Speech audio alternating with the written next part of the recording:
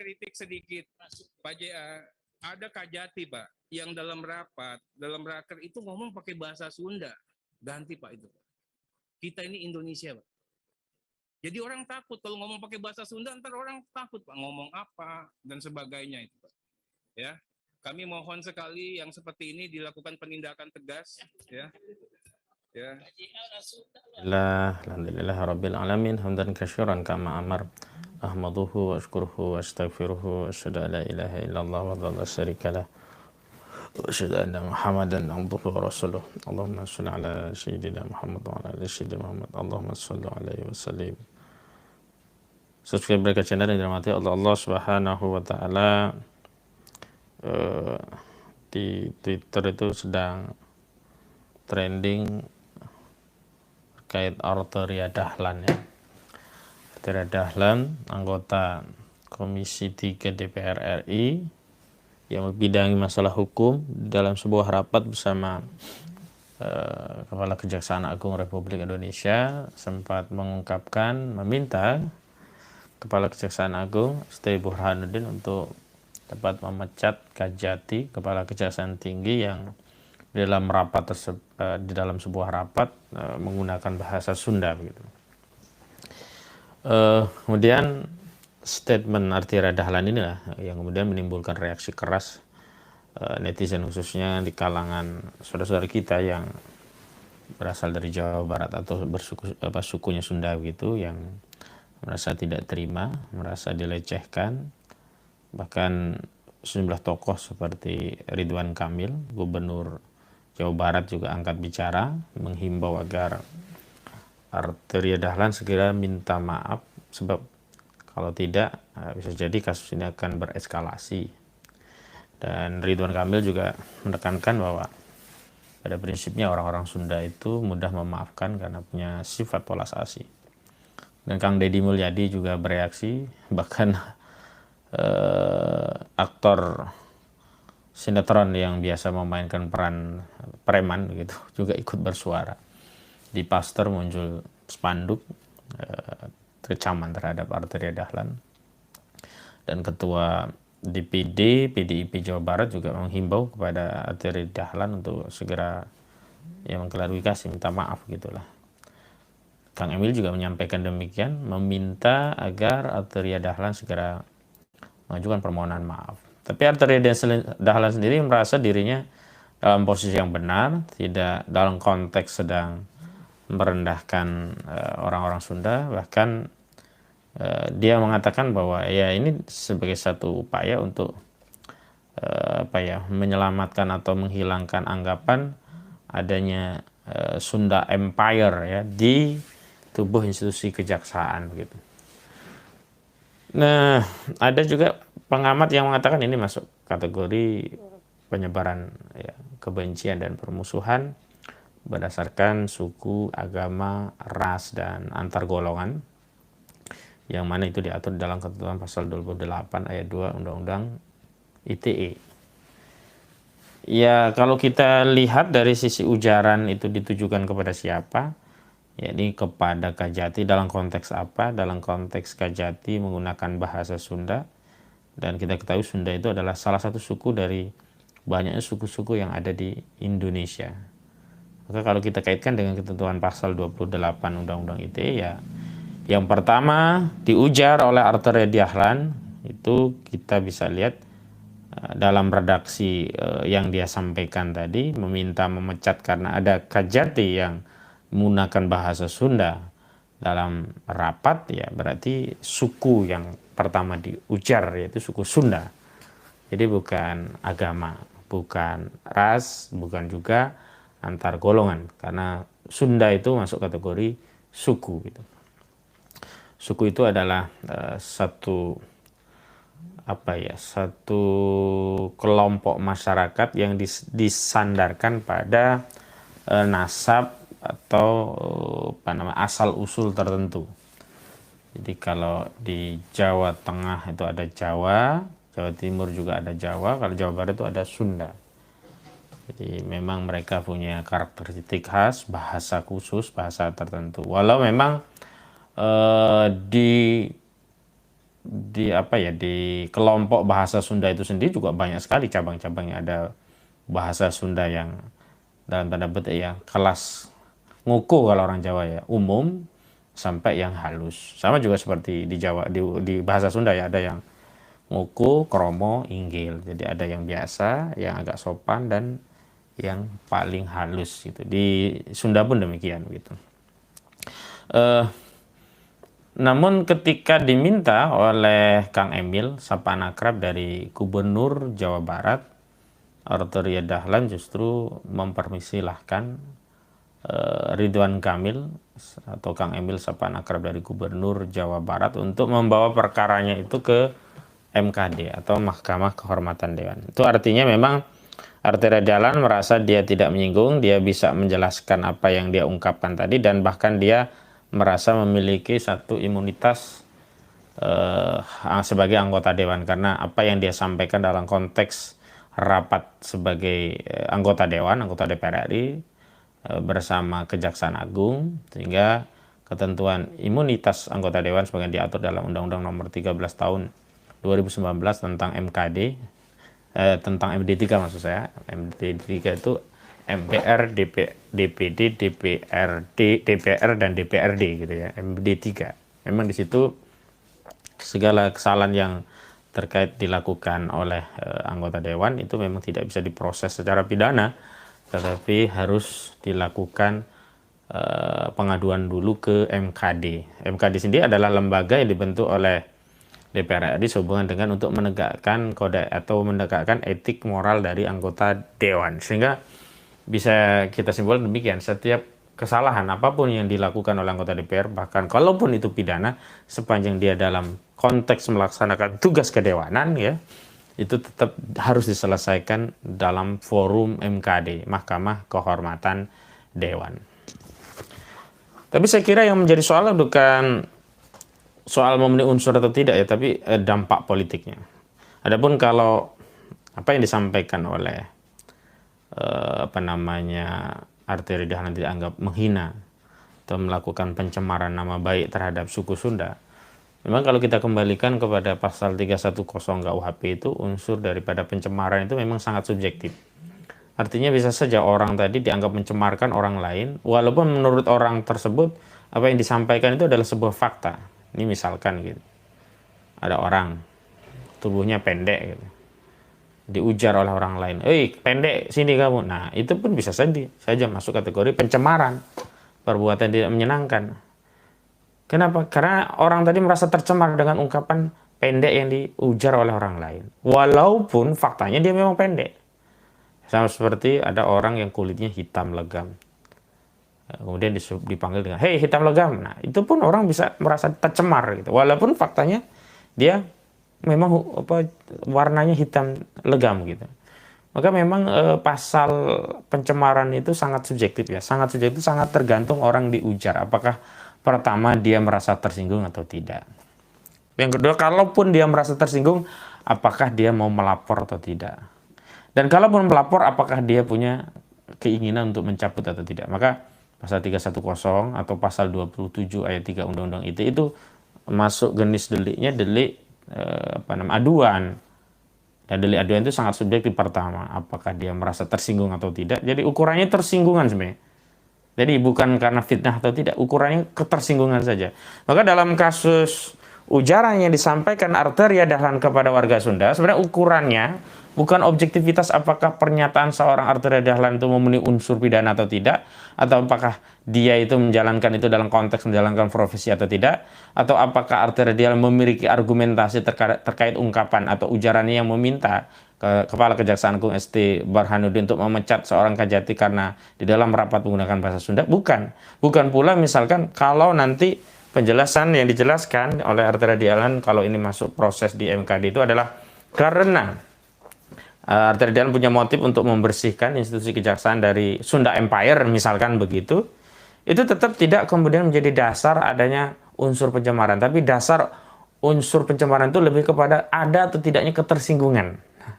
Dalam hal ini tentu kembali kepada ada atau tidaknya rasa ketersinggungan dari orang Sunda. Apa sih ketersinggungan itu? ketersinggungan itu adalah sikap batin dari orang yang merasa direndahkan, dihinakan, dilecehkan, sehingga memunculkan perasaan tidak nyaman.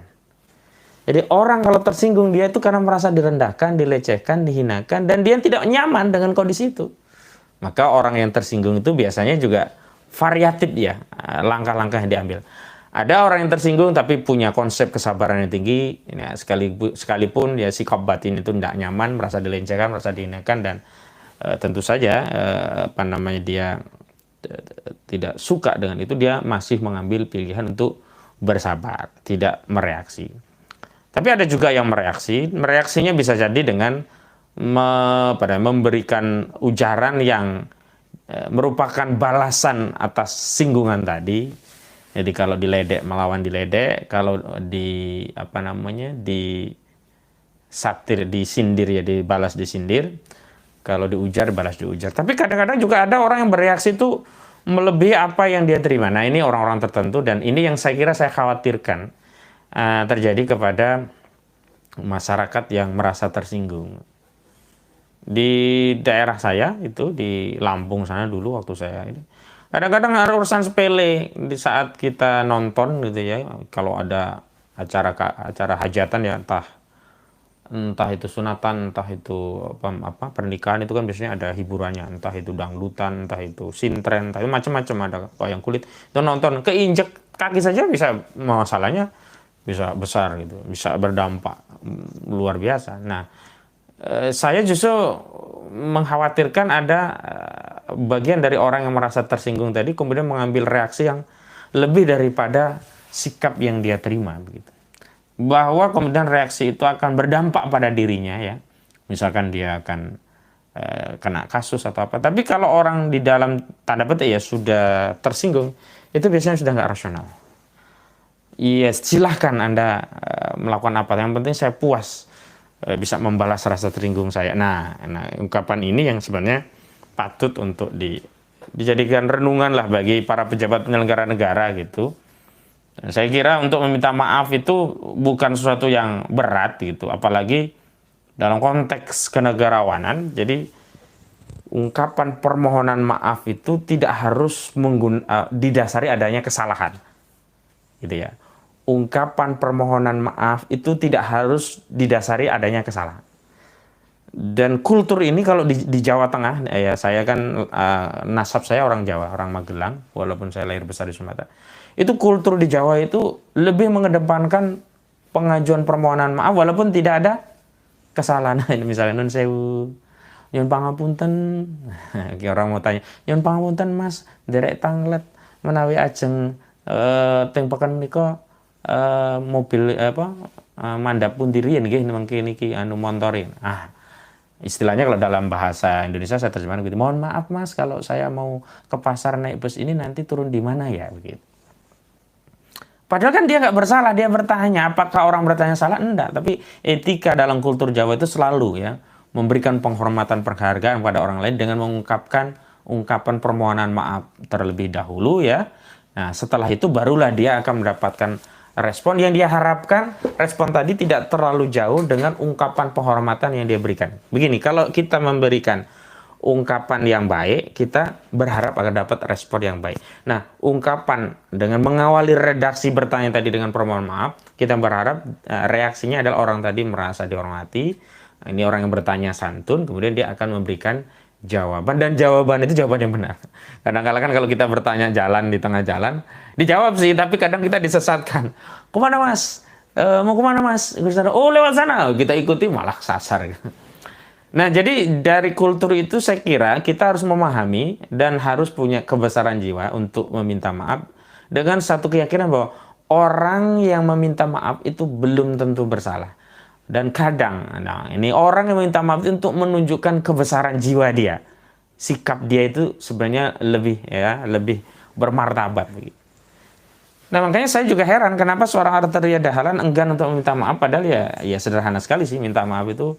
Misalnya saya ajari redaksinya, mohon maaf kepada seluruh warga Jawa Barat dan suku Sunda pada umumnya, saya tidak bermaksud untuk mengeluarkan ungkapan yang menyakiti perasaan orang-orang Jawa Barat dan orang Sunda pada umumnya. Tetapi apa yang saya sampaikan dalam rapat tadi semata-mata ingin ya mengoreksi institusi kejaksaan sebagai fungsi kami dari anggota DPR RI yang punya fungsi controlling terhadap eksekutif.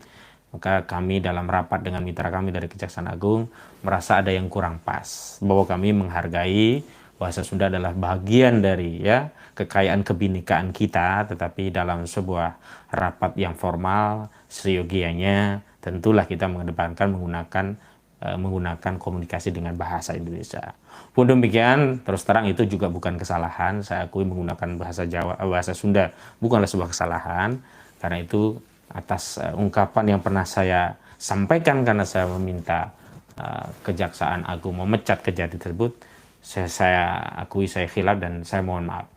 Dan mudah-mudahan dengan permohonan maaf ini dapat diterima dan dengan pernyataan ini sekaligus bisa menghentikan polemik tentang hal ini dan kita bisa lebih fokus bersinergi untuk membangun masa depan bangsa kita. Karena banyak sekali ya soal-soal bangsa kita yang perlu kita selesaikan bersama. Demikian. Nah, udah segitu saja. Saya yakin orang-orang sudah itu lega pikirannya. Orang-orang Jawa Barat itu lega.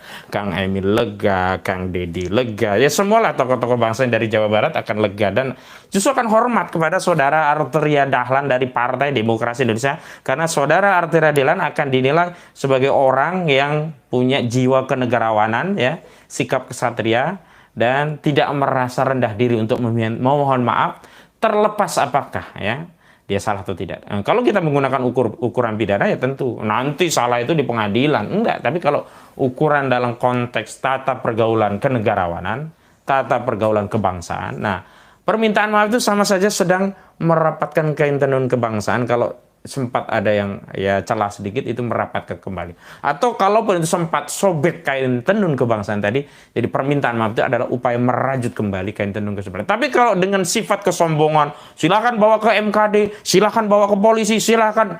Nah, saya kira ini adalah bagian dari rasa tidak mawas diri dan khawatir. Ini justru bagian dari upaya yang tidak disadari sebagai upaya yang merobek-robek kain tenun kebangsaan yang selama ini oleh founding father kita, oleh masyarakat kita, oleh tokoh kita itu sangat hati-hati dijahit, ditenun secara rapi agar tidak ada implikasi yang meluas di tengah-tengah masyarakat. Subscribe ke channel yang dirahmati oleh Allah Subhanahu wa taala. Isu-isu yang terkait agama, ras, suku itu sangat sensitif. Nah, seorang anggota DPR RI, apalagi dia politisi yang juga ya bukan karbitan tentunya ya, harusnya bisa mempunyai rasa sensitivitas yang tinggi untuk pertama tentu saja menghindari hal-hal yang dapat berimplikasi sebagai satu ujaran yang sara. Apa itu ya? Ya ujaran yang dianggap menyinggung suku, agama, ras, antar golongan. Yang kedua juga semestinya kalau ya memang kita tidak bisa menghindari, kadang-kadang kita juga khilaf dosa. Kalau dalam agama Islam itu Rasulullah Shallallahu Alaihi Wasallam bersabda, al insanu ma'al khata' wan nisan. Jadi manusia itu tempatnya salah dan lupa. Jadi nggak keliru kalau manusia salah, nggak keliru manusia itu lupa, karena tempatnya memang di situ. Tetapi memang seyogianya sebagai makom manusia yang baik itu adalah segera ya mengingatkan diri kalau lupa dan segera memperbaiki kalau keliru gitu. Nah, dalam tata etika pergaulan kebangsaan tentu saja memohon maaf itu adalah bagian dari cara memperbaiki sesuatu yang semestinya tidak perlu terjadi, semestinya tidak perlu diujar. Karena begini, kalau kita mau fokus membangun kinerja kejaksaan, apakah dengan memecat Kejati itu akan memperbaiki kinerja kejaksaan? Apakah ya Kejati, Kejari, atau jaksa-jaksa kalau sempat dia melakukan komunikasi sesama mereka di forum formal dengan bahasa Sunda, itu akan meruntuhkan marwah kejaksaan, itu akan menurunkan ya kinerja kejaksaan? Kan enggak juga. Tidak ada satu kajian yang punya korelasi positif bahwa semakin menggunakan bahasa Sunda akan semakin menurunkan kinerja kejaksaan, misalkan begitu. Kan enggak ada. Itu kan baru tafsiran sepihak seorang Arteria Dahlan yang menganggap itu akan menjadi sesuatu yang merusak kinerja, misalkan begitu. Sehingga dia sampai minta mencopot. Dan kalau dicopot, apa korelasinya? Tentu kita bisa pahami, ungkapan meminta Kejaksaan Agung untuk mencopot Kejati yang menggunakan bahasa Sunda lebih kental nuansa like or dislike atau subjektivitas seorang anggota DPR Arteria Dahlan ketimbang itu bagian dari fungsi kewenangan kontrol anggota DPR untuk memperbaiki kinerja mitranya yang ada di Kejaksaan Agung atau di kejaksaan secara umum. Saya tentu terus terang saya cukup dekat lah ya dengan teman-teman ya yang ada di Sunda, dan istri saya kebetulan juga orang Sunda, orang Bogor gitu, dan saya sedikit banyak juga tahu kultur. Makanya sebenarnya dalam konteks pergaulan antar suku, antar bangsa, ya kita tidak hanya bicara, oh ini loh persepsi kita, oh ini loh gaya bahasa kita, oh ini loh kultur yang biasa pada diri kita. Tetapi kita juga berusaha untuk memahami suasana kebatinan, kultur, dan persepsi yang ada pada orang lain. Jadi kita tidak boleh menggunakan tatanan nilai sesuai dengan nilai yang ada pada diri kita. Kalau istilah orang Padang itu kan, Arteria Dahlan itu kan sebenarnya orang Padang itu, walau lahir besar di Jakarta. Itu kan di mana apa? Istilahnya lah kalau dalam bahasa Indonesia itu di mana bumi dipijak, di situ langit dijunjung. Artinya kultur di mana kita tinggal, adat istiadat ya, atau bahasa kekinian itu adalah local wisdom di mana kita berada, itu harus benar-benar kita jaga, kita hargai gitu loh. Tidak boleh kita kemudian merasa, oh saya anggota DPR, silakan saja bawa ke MKD. Oh, saya ini dalam rangka menjalankan fungsi kontrol dewan dengan mitra saya. Jadi tidak bisa katakan hal-hal itu kemudian dipersoalkan. Oh, saya anggota DPR yang punya kewenangan imunitas. Jadi tidak bisa. Enggak, itu hal yang lain. Oke. Kita tahu memang anggota DPR itu punya fungsi budgeting, fungsi legislasi, fungsi anggaran, budgeting tadi ya, fungsi controlling. Dan dalam konteks bekerja itu kan anggota DPR memang berinteraksi dengan mitra kerjanya, baik di eksekutif maupun yudikatif. Tetapi itu semua kemudian tidak bisa melegitimasi satu sikap batin yang ingin mendudukkan dirinya paling benar, menutup diri dari koreksi, dan merasa bahwa sikap batinnya yang termanifestasi dalam ujaran-ujaran yang sudah beredar luas itu dianggap satu kebenaran yang harus tetap dipertahankan. Selain mempertahankan kebenaran itu, kemudian ada semacam upaya untuk jaga gengsi. Enggak penting gitu. Negara kita tidak butuh tokoh yang demikian. Bangsa ini tidak butuh ya sikap-sikap yang demikian. Justru bangsa negara ini butuh tokoh yang punya sikap negarawan ya, sikap yang punya derajat makom menunjukkan dia itu punya pribadi yang tinggi gitu. Ya apalagi ini tokoh nasional, apalagi anggota DPR RI, apalagi itu di dalam sebuah forum. Dan sekali lagi ya, mohon maaf, tidak ada upaya ya dari penggunaan bahasa Sunda itu yang nggak perlu diteliti lah. Terus bisa menurunkan kinerja kejaksaan, nggak ada penelitian. Saya ketemu jaksa itu macam-macam ya, ada dari Palembang, ada dari Padang, ada dari Lampung, ada dari Jawa ya, paling banyak Jawa tentu ya. Itu biasa saja, dan di Sunda juga nggak kurang. Jadi kinerja mereka itu bukan diukur berdasarkan dari mana mereka asalnya atau suku apa atau dengan bahasa apa dia melakukan. Ya ukurannya itu untuk parameternya objektifnya dari kinerja mereka, bagaimana mereka melakukan proses penyidikan, membantu polisi kan, mengontrol, bagaimana mereka melakukan proses penuntutan, bagaimana mereka melakukan proses-proses mendakwa, menuntut, dan itu semua adalah kinerja yang bisa diukur secara objektif, bukan dengan ukuran kebahasaan, apalagi bahasa Sunda. Enggak. Keliru. Saya terus terang ya ikut berempati kepada warga Jawa Barat dan warga Sunda secara umum gitu. Dan saya juga punya mitra-mitra kerja dari teman-teman LSM di daerah Jawa Barat, dan saya bisa memahami suasana kebatinannya. Tentu tadi saya katakan bahwa ketersinggungan itu sifatnya subjektif. Jadi tidak boleh orang itu tersinggung meminta alasannya kenapa, nggak boleh. Ya kalau mau tersinggung saja. Jadi walaupun fakta ya tetap saja tersinggung. Misalkan tadi saya katakan ada orang hitam kemudian bilang, hitam lo, ya tersinggung lah. Apalagi orang yang nggak hitam dikatakan, hitam, ya itu fitnah, ya tersinggung juga. Gitu. Karena itu soal ujaran yang disampaikan Arteria Dahlan itu tidak bisa kita ukur sebenarnya ya, tidak bisa ukur apakah itu benar akan menurunkan kinerja kejaksaan atau tidak.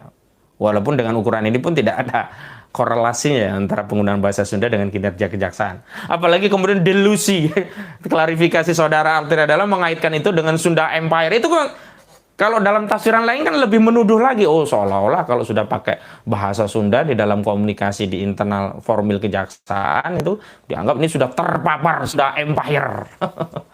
Kan ini lebih bukan membela diri, bukan mengklarifikasi, menambah masalah baru pernyataan Arteria Dahlan terkait Sunda Empire tadi. Dan itu justru menunjukkan, ya ini implisit ya, kejumawaan seorang Arteria Dahlan. Sudahlah tidak mau minta maaf, sudahlah menyuruh Kang Emil sono bawa ke Mahkamah Dewan. Nah, terakhir klarifikasinya malah mengatakan, waduh, ini kan untuk agar tidak ada ya narasi Sunda Empire di institusi kita. Itu kan sama saja. Ya implisit ya, sama saja implisit itu menuduh orang yang menggunakan bahasa Sunda di dalam komunikasi formil kejaksaan terpapar Sunda Empire. Dan kita tahu kan Sunda Empire itu kan cerita lucu-lucuan saja kan, dulu si Rangga itu kan. Faktanya juga nggak jelas itu. Yang jelas itu sekarang itu Harun Masiku yang hilang. Yang jelas itu apa? Ya anggota PDIP yang korupsi dana bansos.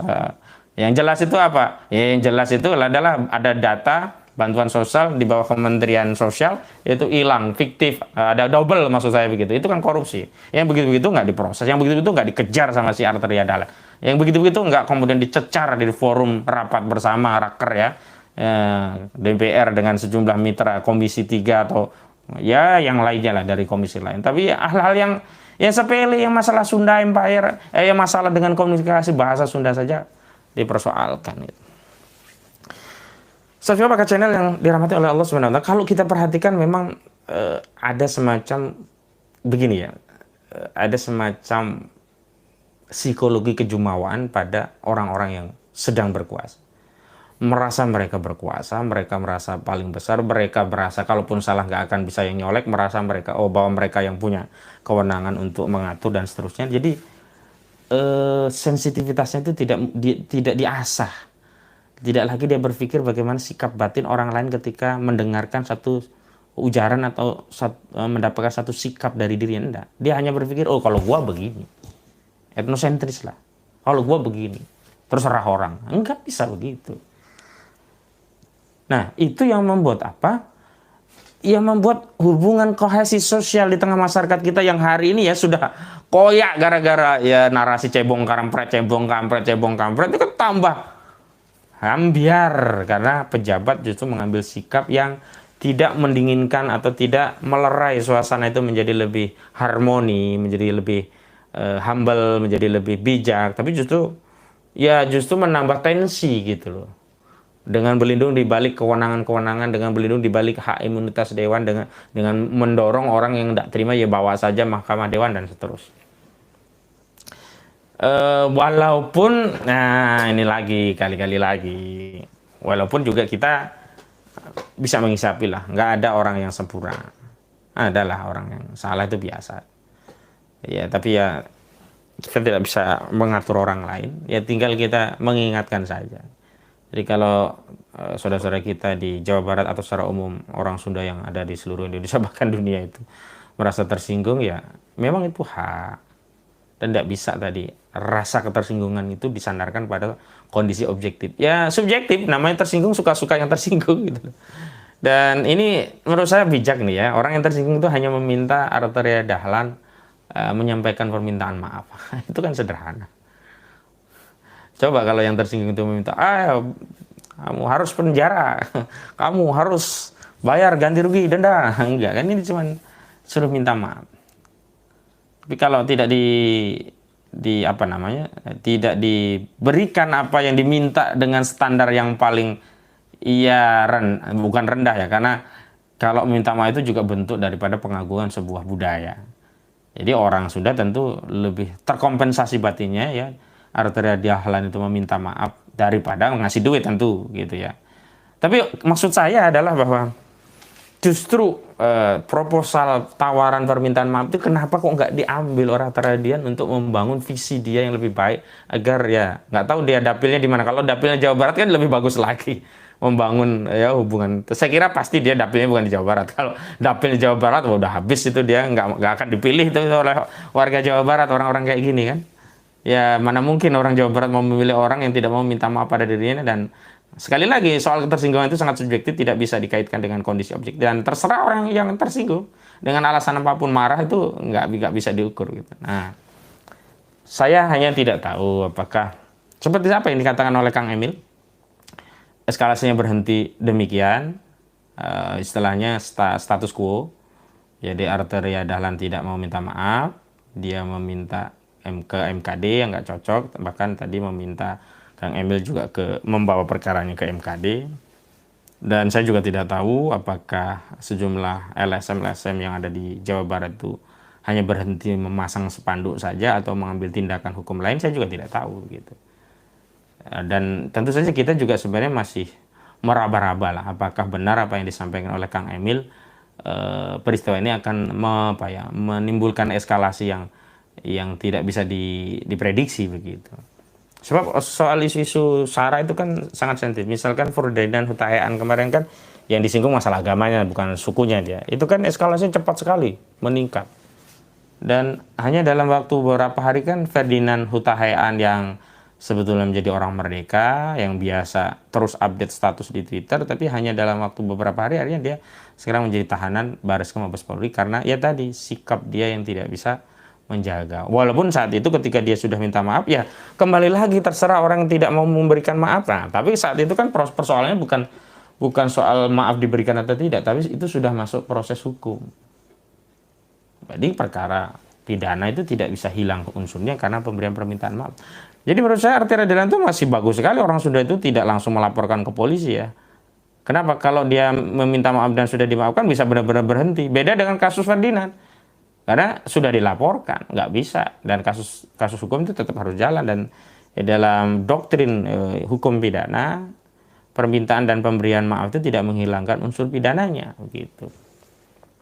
Itu saja sebenarnya pesan yang ingin saya sampaikan, bahwa sebagai manusia, apalagi sebagai tokoh orang yang bisa dilihat oleh semua masyarakat, itu semestinya bisa mawas diri dan mengambil sikap yang ya sungtolodo lah ya. Kalau istilah orang Jawa itu engarso sungtolodo, di depan itu memberi contoh teladan yang baik. Kalau dalam doktrin Islam itu menjadi qudwah hasanah ya. Ya teladan yang baik, yang ya tentu saja sebagai anggota DPR yang terhormat tentu mengambil sikap dan ungkapan atau ujaran-ujaran yang terhormat gitu, sehingga mendapat respon juga yang terhormat. Kalau hari ini saya yakin wah respon dari teman-teman Sunda ya, masyarakat Sunda sudah caci maki tentu pasti keluar itu, baik dengan bahasa umum atau tentunya dengan bahasa Sunda yang ya itu semua kan menjadi hak orang-orang Sunda karena ya sama saja. Dulu Arteria Dahlan ketika terjadi cekcok dengan seseorang di bandara, dia kan tersinggung. Dan dia juga membawa perkara itu sampai rame kan. Dan ya bisa saja ada orang Sunda yang ada di Jawa Barat ini juga bisa mengambil upaya sebagaimana yang dilakukan oleh Arteria Dahlan dahulu ketika membawa upaya terhadap ketersinggungannya atas perlakuan seorang wanita di pesawat saat dengan ibunya saat itu. Dan kalau dalam kasus kasus Sunda ini tentu ini resonansinya lebih luas. Karena apa? Yang bertindak bukan seorang. Kalau dulu bertindak hanya Arteria Dahlan dengan menggunakan kewenangan sebagai anggota DPR untuk bisa menekan. Akhirnya kan minta maaf itu si perempuan dan selesai. Nah kalau hari ini orang Sunda ya resonansinya lebih luas karena orang Sunda bukan hanya 1 2, dan di antara mereka banyak jadi pejabat-pejabat loh. Kang Emil, dan tadi ada Kang Deddy Mulyadi, masih banyak lagi tokoh-tokoh Jawa Barat yang ya tentu saja mereka akan saling beresonansi ya, saling bersinergi untuk bisa menjernihkan ini agar benar-benar bisa clear gitu. Nah clear dalam pengertian ya agar bisa si Arteria Dahlan ya meminta maaf gitu, karena ini kan sudah gengsi sebenarnya, bukan soal apakah nanti bisa diproses hukum atau tidak. Ini kan soal gengsi. Kalau sudah gengsinya menjadi gengsi kolektif warga Sunda, gengsi kolektif orang-orang Sunda, ya itu menjadi kekuatan dan orang-orang Sunda itu bisa mengambil tindakan. Dan tindakan itu ya saya tidak tahu. Kalau yang konstitusional bisa saja ya diarahkan secara konstitusional, bikin laporan polisi, bawa ke Mahkamah Dewan, atau memberi tekanan politik kepada PDIP untuk memecat kader itu dari DPR. Nah, macam-macam. Tapi di luar jalur konstitusional saya juga tahu, karena jawara-jawara di Sunda kan banyak juga. Nah, tindakan-tindakan yang tak terduga itu sebenarnya yang harus dipahami, diinsafi oleh arteria dahlan. Ya walaupun boleh jadi dia sudah pasang badan, ya kita nggak tahu juga, karena orang-orang itu kan ada orang yang kemudian eh, konsisten dengan pendapatnya bukan karena kebenaran, karena memang itu otak batu, itu apa, kepala batu, keras kepala itu. Ya orang-orang seperti ini memang tidak bisa diberi penjelasan dengan logika, dengan argumentasi, ya tidak, tentu memang harus dijelaskan dengan tindakan. Baik, itu saja satu kebacaan yang dirahmati oleh Allah Subhanahu wa taala. Mudah-mudahan siaran ini bisa memberikan pencerahan. Pesannya adalah sebagai seorang tokoh atau siapapun, kita itu harus mengukur setiap ungkapan kita keluarkan. Al-Qur'an, di Allah Subhanahu wa taala berfirman dalam Al-Qur'an, "A'udzubillahi minasyaitonirrajim. Wa lan taqfu ma laisa biki ilm. Inna sam'a wal basara wal fu'ada kullu ulaika kana anhu mas'ula." Dan janganlah kalian mengatakan sesuatu tanpa ilmunya, asal bunyi, ya, tidak mikir dulu. Ini sama, sungguhnya pendengaran, wal basara, penglihatan, ya, wal fuada, dan segala sesuatu, kullu ulaika kana anhu mas'ul, dan semuanya itu akan diminta pertanggungjawaban oleh Allah Subhanahu wa taala. Jadi sebenarnya boleh saja kita lepas dari pertanggungjawaban manusia, tapi toh kita akan kembali kepada Allah, dan pasti kita bertemu dengan Allah, dan pasti Allah akan memintai pertanggungjawaban kita. Karena itu pesan moralnya, ya, berpikir sebelum bicara, berpikir sebelum bertindak. Bila taufiq wal hidayah wal afi minkum. Wassalamualaikum warahmatullahi wabarakatuh.